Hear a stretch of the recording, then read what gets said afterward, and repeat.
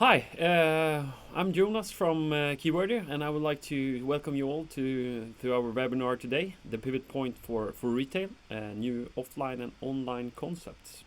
And we're here today together with Patrick and Per.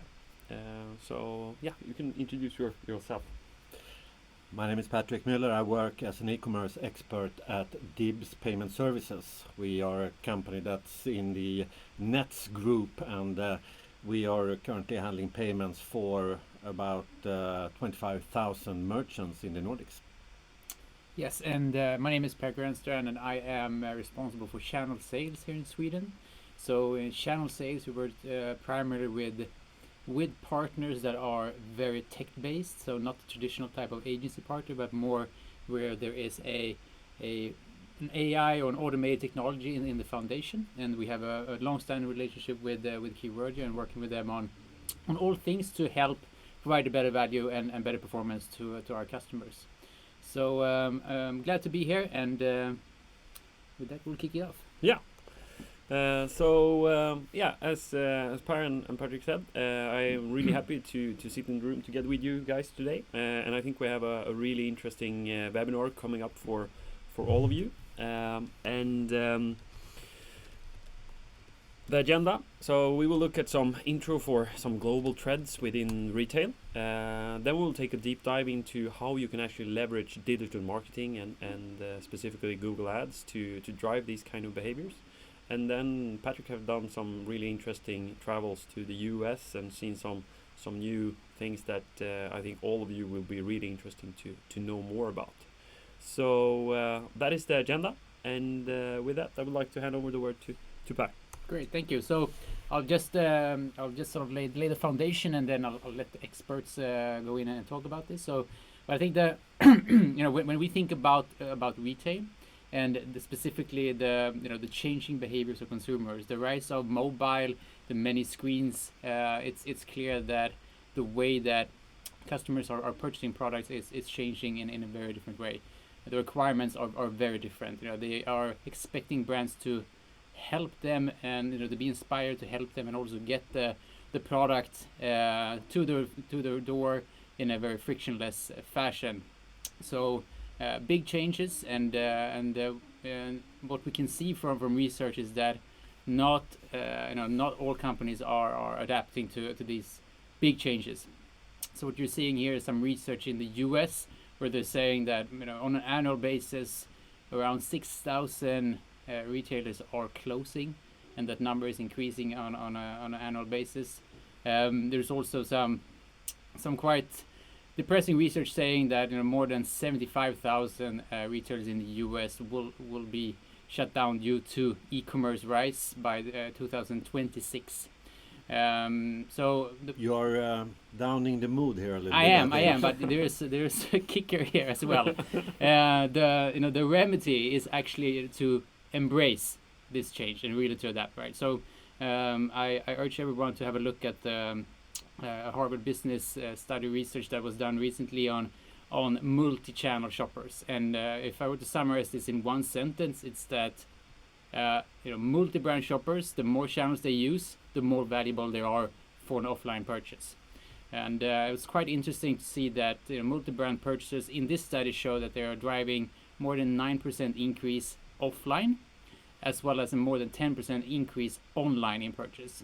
And also more importantly that the loyalty scores were up. So looking at repeat purchases of 6 months after the first purchase, more than 20% increase, and also more likely to recommend a brand to friends and family. So all this due to sort of more engagement across multiple channels and just building a better, stronger relationship with that specific brand. So there is definitely some opportunities here for all of us. It's just a matter of adapting to the changing behaviors of our consumers. Just some other stats on this to really hammer in the point. My apologies for the acronym here. So ROPO, that's research online, purchase offline. Right. So what we can see here is a significant decrease in sort of footfall in store, but still an increase in the total sales in store. And the key point here is that digital is influencing the vast majority of that sales. And this speaks quite well to sort of how we are looking at Google as well. When we can see a trend in how people are searching, it is changing. It's before I want to buy this or searching for a specific product, and now more going to Google even for inspiration. So 120% increase in best gifts for, in this case it was Mother's Day, and that specific query has grown significantly. 80% increase in best products for, 70% increase in best place to buy. So really tying together with the offline purchase. And lastly, if you what we've also seen just on mobile, a 3.5x increase in searches for stores open near me. So really to you search online and you purchase offline. I think that message is quite clear. What do you think drive this trend with searching for this? It's how it's convenience for consumers, right? That's how they they expect this, and that's this is their first screen to go and search for. So the spontaneous purchase still exists. Absolutely, but even there you touch base with the digital channel. Yeah, absolutely. Yeah, and I think it's a really interesting thing that we're like in the middle of right now, and it's like you said, Per, it's just in a couple of years that it's been a big shift in that type of behavior, and this is really what we are solving for at Keywordio. So Google has built an amazing platform with Google Ads, but what our founders saw when they were working at Google is that it's really hard to manage that channel on your own. So we specialized in building AI technology that is actually custom built for e-commerce companies on Google Ads. So to manage to be able to do a lot more than you would possibly be able to do manually. And there's a lot of people working with Google Ads manually out there today. But we don't think that AI will be the answer to everything. We really think it's a combination of human expertise and AI that will be the big thing for the future. And just looking at, for example, last year, we made 93 million changes on our customers' Google Ads accounts to manage to grow them and reach their targets. And I think that is just showing that it will be more about doing smart things and having the experts to make sure that it can get out more with from the Google Ads platform. And it's also about business intelligence. So also really core to understand the business, and if you look at the e-commerce or retail company today, the business is more complex than it ever been. You typically have a big assortment, and you have a lot of different things that you need to take into account.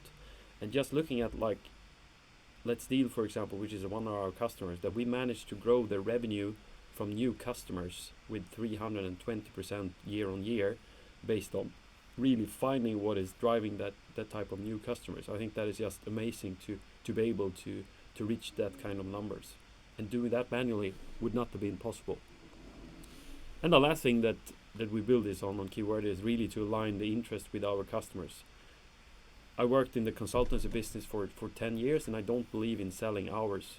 I really think it's more important to try to have the same target as your customers. So typically we have a percentage of revenue from the channel, and that's how we collaborate with our customers. So we always focusing on reaching their targets first.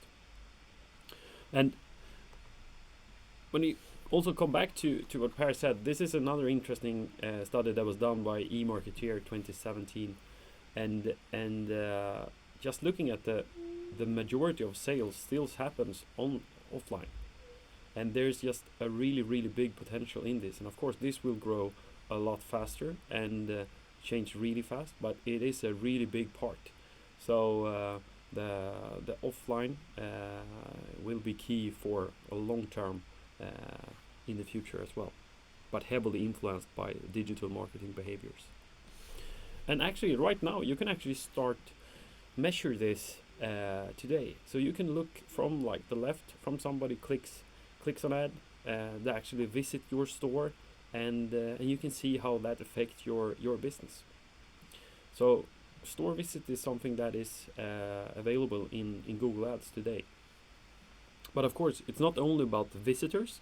Maybe you know that one out of two or 1 out of 3 maybe buy something if they come into your store, but there's also a possibility to actually start measuring direct sales in your store as well. So you can connect what you're doing online and how you drive foot traffic to your stores, measure actually how much that sales contribute to your bigger picture as well, because there's definitely more and more research done before you come into the store today than what it was for 2 years ago, or definitely 5 years ago.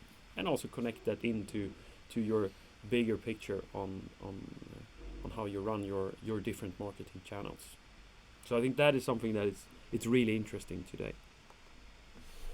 And some high level notes on what is important here. Of course, tracking foot traffic and online sales and offline sales. Of course, it also requires to measure the right things. So you should also start with, okay, can we measure the impact of digital marketing for footfall to start with? And then also set up the clear goals for that. Is it first to just make sure that you can track how that digital spend affect footfall traffic? And then when you see that you can measure it and you trust the data, then it's about being able to take action on this. And the fourth step is really to continue driving more revenue for you and use it as a really effective channel that you know you can scale. So what different types of campaigns can you use for this, for example? Well, you have the search, when people search on Google. You have maps, you have My Business, which is your business profile. You have different types of display options where you also can connect like close to store, and also like Per said, it's getting more and more tied together with maps, with search and everything, and a lot of these different searches can appear in a really effective way. And of course, YouTube, it's going to be more and more important as well.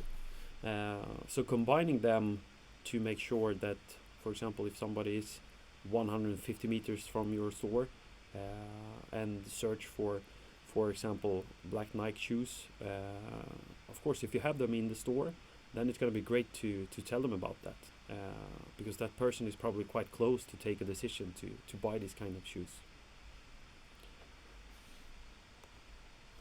So with Google Shopping today, it is actually soon possible, as you see on the shopping picture here, to actually see how if that shoe is available in the store, and sometimes you can even see how close it is. So you can see, well, that store it's only 250 meters away, and I think that is really also making it so easy for the customer to take the decision to come in and buy that. So local inventory ads, it's definitely something that's going to be more and more important going forward. And I think this is interesting. A couple of months ago, I walked by one of the biggest squares in Stockholm and saw the Calzedonia store.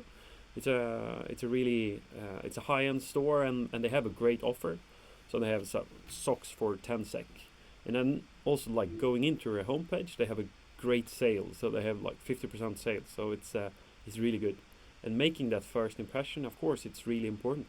But the interesting thing here is that when I go in to search for like Calzedonia socks, or maybe just Calzedonia brand search for them, there is nothing on Google about the fantastic offer that they have. So if these would like appear, well, I wouldn't even know that is a fantastic offer. And we see this so many times with retail and e-commerce companies. You spend a lot of focus, energy, and money to drive these great offers, but then you don't make sure that is shown all the way to your customers, which is gonna be a big loss. So we have actually developed a tool it is a promotion tool to make sure that everything that you have on sale is also presented on Google Ads with the actual, if it's a discount of X% or what it is. So that is really key to make sure that we always show the most important offers for the customers. Like this example here, if you're gonna decide if you're gonna click on Nivea Lotion buy online today or Nivea Lotion 20% off, of course there will be a lot more people clicking on Nivea Lotion 20% off, and that is the important thing with the first impression to catch those people that search for this early on. And we are really proud of this case here. So Let's Deal is a part of a big company in Scandinavia, Schibsted, and they only have deals, so it's really time limited offers, and it's really focusing on this short-term sales. And they had a clear focusing on getting new customers in, because when if you run the deals and you're super happy with them, they tend to come back. What we saw with this case here is that we actually managed to grow the revenue coming from new customers with 320% year on year, and that is just amazing with this kind of store. It has a quite big volume. And even looking at this, at the same time we managed to grow the channel by profitability. So the profitability is plus 27% during the same time. So growth and better profitability. So we're super happy about that, and we'll look forward to continue doing more on these kind of effects with our customers. So with that, I would like to hand over the word to Patrick to speak more about what you see is coming from the US. Sure, impressive numbers there. By the way, yeah. Just a few words about DIBS. As I said before, we are part of the Nets group. That means that we have a lot of access to things like loyalty programs, point of sales, terminals, and basically everything that sort of is in the center now when we look at the things that are happening now when you try to merge offline and online together. So we are in a very interesting times, I think. And if we look at what the consumer says, we make a survey every year. Nordic e-commerce 2018 is these numbers from, and you will also get a link to be able to download that report. But if we look at the reasons to buy online, there are basically three reasons: the convenience, the choice of products. You can access basically all the products in the world, and also the price. The price is still there. And if you as a retailer think you can compete with this in a physical world, you might. The convenience might be there if you perhaps give them a good service in store. Choice of products, well, I don't think that there are so many stores that can compete with the internet. And price, well, we have a trend in the society where we can see a lot of new stores are opened, but almost all of them are low price. So you can compete with that. But if you don't want to compete with just exactly that, you need to look elsewhere. And the landscape are quite intense if you are in the physical world and not doing that much business online, because all the growth for much of the consumer goods are coming from the online part. So looking back in time, many chains have been able to grow and opening new stores. But that will be hard now because the consumers have changed their behavior so much, as we can see in these numbers. And also, there's a lot of talk about how we need to renew the experience for the consumers. This is a survey made in the US where they have asked the consumers what would take for you to visit a mall more times.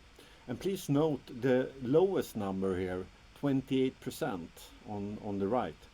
Nothing could make me go to the mall more. There is nothing. But there are some things that get some traction in this survey. Farmers market, food hall, green space, grocery, indoor sport, BOPIS, buy online, pay in store, fitness center, health and wellness showroom, beauty megastore, and co-working space. I wouldn't say that these are centered around shopping that much. It's more like an experience thing here. So and also, if you look at the younger people, this is the average for all age group. If you look at the younger people, this is even more obvious. So something is happening here. But that doesn't mean that the store is dead in any way.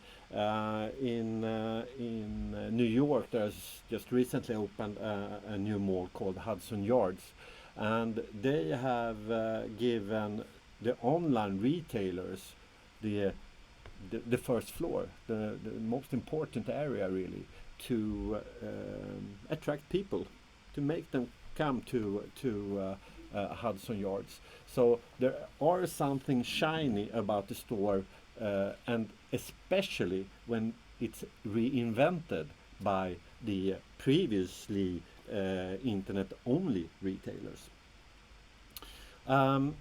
And we can also see that this isn't limited to just a few brands. There are a lot of stores being planned just right now from digital native brands. I'm going to show you a few of them shortly. And why are they doing this? It comes really back to what you were talking about previously. Well, around 90% of the business is done in store. So they understand, well, we should really be where our customers are. And what's interesting is that they are starting over a little bit because they rely on data. They know where their visitors are on their homepage, so they can pretty easily see, well, we should probably have the biggest effect placing our store here. So they rely on data, and also they have a natural understanding of we cannot have all our items in a store. That's impossible because we have an endless aisle. So they choose out the SKUs that are most interesting for the people in that area and fill up a pretty small store, maybe a third or 25% of the square meters that an old store would normally use. And one thing is, of course, they know very well that they have a conversion rate perhaps around 3% or something like that in their store. And they are very interested in that some stores have about 50% in conversion. That's a great conversion rate. Pretty good, yeah. Pretty good. On the other side, they have a hard time understanding how to measure in store because they are used to be able to measure everything. So they really scratch their head and thinking, well, how can we do this? Because sometimes we cannot even see who is buying. It's just a person coming in, paying cash, and go away. They have nothing they can measure with, and that's a new situation. And therefore, a lot of these new stores influenced by the digital world, they try to get you to leave something when you are in the store. One of the guys that are good at this is Casper. They started out with just a mattress, and now they are selling basically worldwide, and they have products for the entire bedroom. One shop, when they started out, I think they are up to 40 stores now, and they are also using resellers. So they are using all channels available where the consumers are, and they are very, very successful. And they are also focusing a little bit on the experience. In their store, they have something called the Dreamery. And the Dreamery, that's a back room where you enter. You have a concierge guy there in pajamas, and you get your toothbrush and stuff like that, and a pajamas yourself. And then you can go in a room, a very ambient room with small booths where you can test a mattress. And this, you can do it for, I think it's 45 minutes, and it costs $25. It costs $25, and they have a line. They have a queue for you. You have to book an appointment. So that's an example of how you make even purchase of a mattress an experience. I don't know if you guys have been at IKEA and purchased a mattress. That's also some kind of experience, but not a good one perhaps. There are others. We can look at Untitled. What they do, they sell shirts that are made for being worn outside your jeans, and they have also started out online, and now they have about 40-50 stores, and it's have been really successful for them, and they create a relationship with the consumers, and that's one of the reasons they start these physical stores, because to get a personal relationship, they can see that if they have a personal relationship, they shop more online, and they are also happier in their service. That could perhaps also be affected by this. They encourage their customers to just come in and take a drink. I really can't see this being applied to Sweden. Can you guess? No. Even if it would be nice.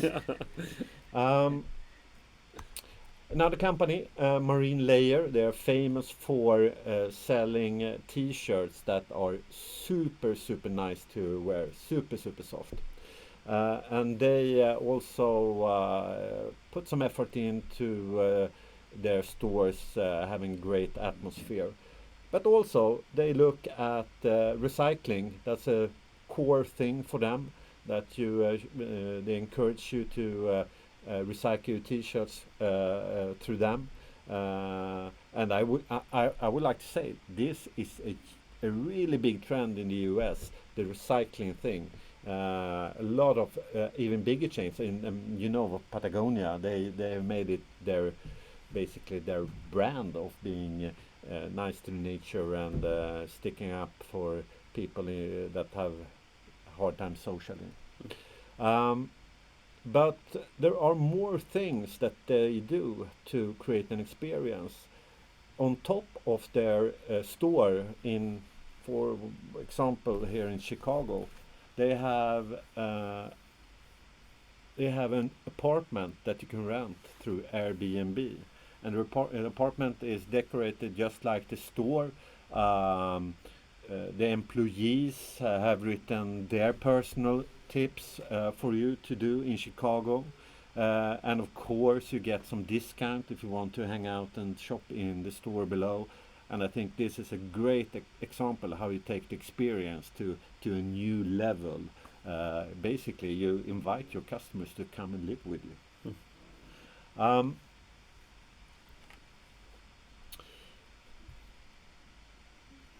Let's have a look also at, here's actually a picture from the Dreamery. It looks quite nice, doesn't it? So that was the experience part. Let's have a look at the technology part that's also coming to the physical stores. Do you know what this is? Can you see it? It's some lamps and some black boxes. Yep, Yeah. it's the roof of an Amazon Go store. It's basically totally covered in sensors and cameras, and it's them that makes it possible for you to just enter an Amazon Go store. The only thing you need to do is download their app, the Amazon Go app, and if you are an Amazon customer, you just use your normal credentials. Then you scan a code, enter the shop, take some goods, put it in your bag or carry it in your hand, put it back if you don't want to, and when you leave, you just go out. You don't scan anything. You just take your goods in your hands and or in your bag or in your pocket and leave the shop. And when you have done that, you get a message saying, okay, here is your receipt. And I think this is a good example how technology can make a difference even in the physical stores. However, this isn't easy.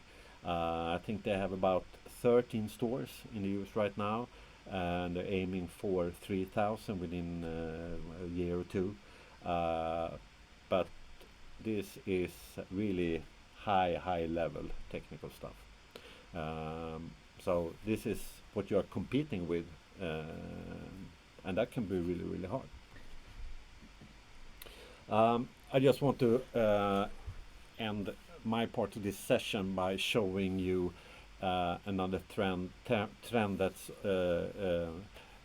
really much like the Google Go, Amazon Go trend, and that is that the cameras is entering the shops in the US, and they are using it for several things. The most simpler thing is counting how many people you have in the store to be able to staff the put the right number of cashiers at the desk, but also to identify who you are. They have the possibility to identify your age, or at least try your age, your gender, your mood, and a lot of other stuff. So you could use it for presenting commercial on Signage. Is it a woman? You put up something about women's underwear. If it's a man, you put up something about men's underwear, and a lot of other stuff. A little bit scary, but this is happening right now in the US, and it will definitely arrive here in the Nordics as well. So technology will be important for the physical store in the future, and the experience is one thing that you can use to compete with the pure players, at least, that doesn't really offer that much in terms of experience. So there we have some things to think about. Yeah, thanks. And I really like the thinking about Airbnb as a way to really give the customer a new experience. I think that is totally new. I never heard of it, so I think that's a really cool case. And also like the it is actually the people that are working in the store that takes care of them. So I think that was a really cool case. Yeah, you create a relationship with a customer in a quite a new way. So as we mentioned in the beginning, if you take up your phone and show this QR code, you will be guided to a survey, and if you answer that, you will have some bonus content in the end of that survey that we think would be really valuable to your business, and we also hope that you got some new ideas and inspirations from this webinar. But let's do a short Q&A and some notes and reflections on this. Yeah. So I mean, I have a question for you, Jonas. Also, just thinking about the intro and you know, the influence of online research to offline purchase. So you're out there talking to a lot of customers. What's your experience of actually measuring of online to offline, and you know, any tips for the I think it's right now I think it's really early days. We definitely see a couple of companies that do this. But for example, if you have a loyalty program, maybe you can catch maybe like 10, 20, maybe 30% of your customers and connect that back to if they clicked an ad or not, for example. And there are some really interesting technologies out there to trying to capture more data. I think you from DIBS, I think you have a really important role in this for the future to connect your data with the marketing part. And I think we're gonna see so much more in this. And I think also that just looking at all the insights that you can actually get from the search behavior, like how people searching and what are they searching for, and segment that out. There's so much intent behind some kind of searches that is readable, valuable information for every like retail company today. So we're only going to see more of this in the future, I think. Right. And then a question to you. So I mean, related to that, I'm thinking about the data that you have and the payment data. What's your experience of really leveraging that to improve the effectiveness of marketing activities? Within the Nets group, we have so many different products, and we have just recently put them together in a package called Nets 360, where we try to make it possible to have loyalty working agnostic of the channels, and also of course payments, making it possible to like you do when you purchase a movie ticket, that you purchase it with your card online, and then you can use it when you go into the physical cinema to retrieve your ticket with your card. So that's one example what we are working with. But data is so useful, and I think we are not using it enough. So we could do a lot better. Okay. And actually a question to both of you. So I mean, we saw some interesting examples, some innovative concepts especially in the US. Marine Layer, by the way, is definitely a recommendation. Yeah. Having said that, so that was great US examples, but you're meeting a lot of customers. What have you seen here in Sweden? Like some interesting smart concepts that you guys have seen? I think we are a little bit behind, I would say. There are a lot of brands that are trying, and they are doing stuff within their flagship stores. We can also see some property owners trying to be a part of the delivery and doing stuff. But I cannot really say that there are things that are working so well that we can see it plays a key part in the business. But I really encourage brands and chains to keep trying.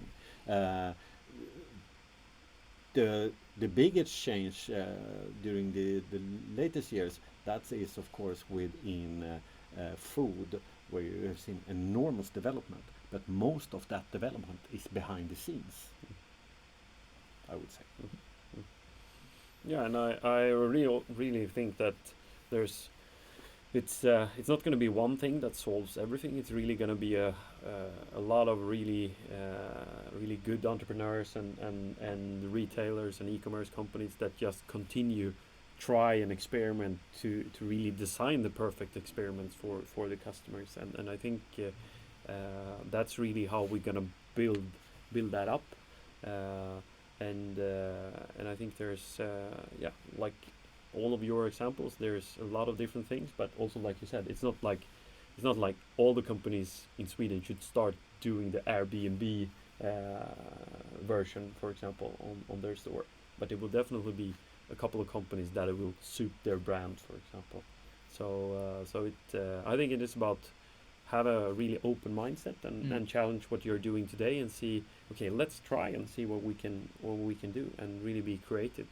And I think that is really fun for the future as well. And pop-up stores, that will definitely be a trend that will keep on going. It's already here, but we see more and more that do that because it's more efficient than setting up a store, for example, within a mall where you have to be open from 9 to 9 perhaps, or something like that. That would cost a lot of money. So pop-ups will really explode within a year or two. Yeah, and I think for example, we look at some of the companies that are really good on driving customer experience, and you get people that spend a lot of time in the store. I think like the coffee shops are doing an amazing job, because I think it's just surprising that there can be so many coffee shops. So I definitely would like to see some hybrid versions from some of the big online companies in Sweden, for example, doing works together with some of the coffee shops, because you have people that spend a lot of times in those places, and if you have a brand that's connected to that, I think you have something really interesting there. I think H&M actually does a good job there. They have food in some of the stores. They have beauty salons in some of their stores. Yeah. So they're really trying to get people to have one more reason or two more reasons to enter a store. And I think that's a path that's viable. Yeah.